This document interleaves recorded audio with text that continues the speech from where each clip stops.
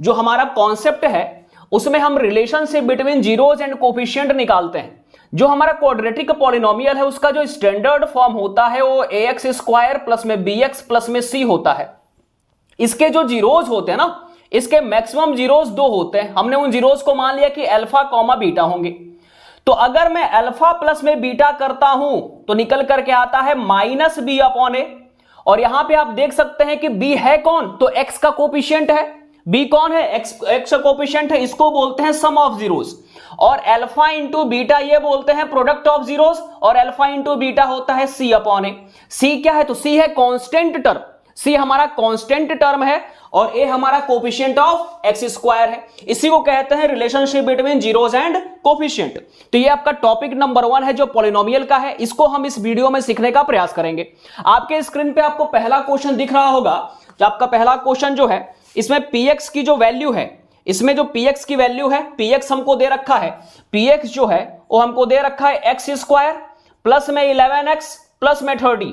इसके हमको क्या करना, हमने इसके जीरोज को मान लिया कि अल्फा और बीटा इसके जीरोज हैं, अल्फा और बीटा इसके जीरोज हैं। तो सबसे पहले करेंगे क्या, तो स्टैंडर्ड फॉर्म से इसका कंपैरिजन करेंगे। स्टैंडर्ड फॉर्म होता क्या है क्वाड्रेटिक पॉलिनोमियल का, तो ax square plus bx plus में c।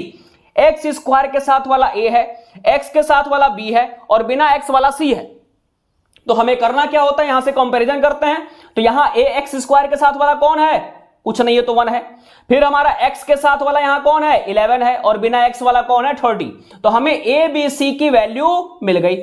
तो यहां से हम कंक्लूड कर सकते हैं कि जो अल्फा प्लस में बीटा आएगा, अल्फा प्लस में बीटा मतलब सम ऑफ जीरोज, वो होता है माइनस बी अपॉन ए के। माइनस बी अपॉन ए, माइनस बी मतलब माइनस 11 और ए की वैल्यू कितनी है 1, तो माइनस 11 आ गया। अल्फा प्लस बीटा मतलब सम ऑफ जीरोज आ गया हमारे पास। और alpha into beta, alpha into beta, alpha into beta होता है सी अपॉन ए। सी की वैल्यू यहां से मिलेगी हमको कितनी 30 और ए की वैल्यू अभी भी कितनी है 1। तो अल्फा इंटू बीटा की वैल्यू हमारे पास है 30। अल्फा इंटू बीटा की वैल्यू हमारे पास कितनी है 30। अब हम क्या करेंगे, फैक्टराइजेशन मेथड से, फैक्टराइजेशन जिसको हम लोग मिडिल टर्म स्प्लिट कहते हैं, उसकी मदद से हम इसके जीरोस को निकालेंगे अल्फा और बीटा को, और उसके बाद इसके रिलेशनशिप को वेरीफाई करेंगे। एक रिलेशनशिप निकल करके आया अल्फा प्लस बीटा का -11 और अल्फा इंटू बीटा मतलब अगर हम दोनों ही जीरोस को आपस में गुणा कर देते हैं तो 30 आ रहा है, और दोनों ही जीरोस को आपस में जोड़ देते हैं तो -11 आता है। तो हम करेंगे क्या, मिडिल टर्म स्प्लिट से, मिडिल टर्म स्प्लिट हमारे पास जो px है, हमारे पास जो px है उसकी वैल्यू है x स्क्वायर प्लस में 11x प्लस में 30।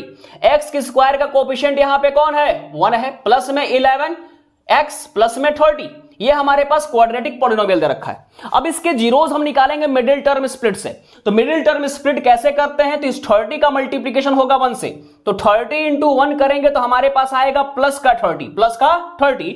इसका मतलब ये है, इसका मीनिंग ये है कि हमें अल्फा और बीटा मतलब कि हमें 30 के ऐसे दो फैक्टर्स को चूज करना है जिनका सम 11 आए। ऐसे दो फैक्टर्स को चूज करना है जिसका सम कितना निकल करके आ जाए 11, और साथ में उनका मल्टीप्लीकेशन कितना निकल करके आ जाए तो 30। मल्टीप्लीकेशन कितना निकल करके आ जाए 30। तो हमारे पास 30 के जो फैक्टर्स हैं, एक क्या है 1 गुणे 30, एक होता है 2 गुणे 15, एक होता है 3 गुणे में 10, और 4 से ये डिविजिबल नहीं है लेकिन 5 से है। 5 इंटू 6 करेंगे तो हमारे पास क्या निकल कर आ जाएगा 30। यही ऐसे इसके दो फैक्टर्स हैं, 30 के ऐसे दो फैक्टर्स जिनको जोड़ने पे कितना आ जाए 11। तो 5 और 6 30 के ऐसे दो फैक्टर्स हैं जिनको हम जोड़ रहे हैं तो कितना निकल करके आ जा रहा है 11। तो हम 11 को लिख सकते हैं 5x प्लस में 6x प्लस में 30। अब यहां अगर आप देखेंगे तो x यहां भी मौजूद है, x यहां भी मौजूद है, तो x को हम कॉमन ले लेंगे। x को हमने कॉमन ले लिया, यहां क्या बच गया केवल और केवल x, और यहां बच गया 5। यहां देखिए 30 में भी 6 मौजूद है और 6x में भी 6 है, तो 6 को हम क्या ले लेंगे कॉमन, तो यहां से ले गया x प्लस में 30। अब यहां देख लेते x प्लस में 5। जब 30 में से हम 6 को कॉमन ले लेंगे तो क्या बचेगा 5। अब x प्लस 5 यहां भी है, x प्लस 5 यहां भी है, तो x प्लस 5 को कॉमन ले लीजिए। अब x को प्लस 5 को कॉमन लिया तो x की वैल्यू कितनी हो जाएगी, यहां पे x, और यहां कितनी हो जाएगी 6। मतलब x plus 5 into x plus 6 इसके फैक्टर्स हो गए दोनों। ठीक, अब हमें इसके जीरोस फाइंड आउट करना है। तो सबसे पहले करेंगे क्या, x प्लस 5 इक्वल टू में 0।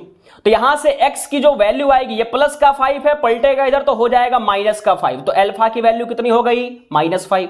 फिर वैसे ही एक बार x प्लस 6 को 0 के इक्वल करेंगे, तो यहां से x की वैल्यू आ जाएगी -6। तो यहां की बीटा की वैल्यू कितनी आ गई, -6। हमारे पास अल्फा अवेलेबल है और हमारे पास क्या है, बीटा। अब यहां से आप देख सकते हैं, अगर अल्फा प्लस में बीटा करूं, मतलब दोनों ही जीरोस को आपस में मैं ऐड कर देता हूं, तो -5 अल्फा है, -6 आपका बीटा है।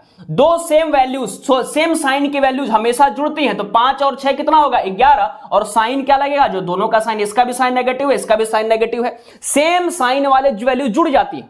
जब भी साइन सेम होगा, वैल्यू जुड़ेंगी और जो दोनों का साइन है वही लग जाएगा। फिर अगर हम चलते हैं अल्फा इंटू बीटा पे, तो अल्फा इंटू बीटा होगा -5 इंटू में -6। नेगेटिव का गुणा नेगेटिव से करते हैं, नेगेटिव इंटू नेगेटिव हमेशा क्या आता है, पॉजिटिव। और 5 का टेबल 6 टाइम्स पढ़िए, कितना आ जाएगा, 30। तो यहां से हम कंक्लूड कर सकते हैं कि अल्फा प्लस बीटा की वैल्यू -11 आई और अल्फा इंटू बीटा की वैल्यू +30 आई। और यही हमारा यहां पे क्या है, कॉन्सेप्ट है कि अगर मैं सम ऑफ जीरोस करता हूं तो -b/a आता है, जो निकल करके आया था कितना, -b/a, -11 निकल करके आया था। b की वैल्यू कितनी थी, 11, और a की वैल्यू कितनी थी, 1। तो हमने relationship between zeros and coefficient को वेरीफाई कर दिया इस पर्टिकुलर पॉलिनोमियल के लिए। इसको नोट डाउन करिए, चलते हैं नेक्स्ट क्वेश्चन पे। तो जो हमारा नेक्स्ट क्वेश्चन है, नेक्स्ट क्वेश्चन पे चलते हैं।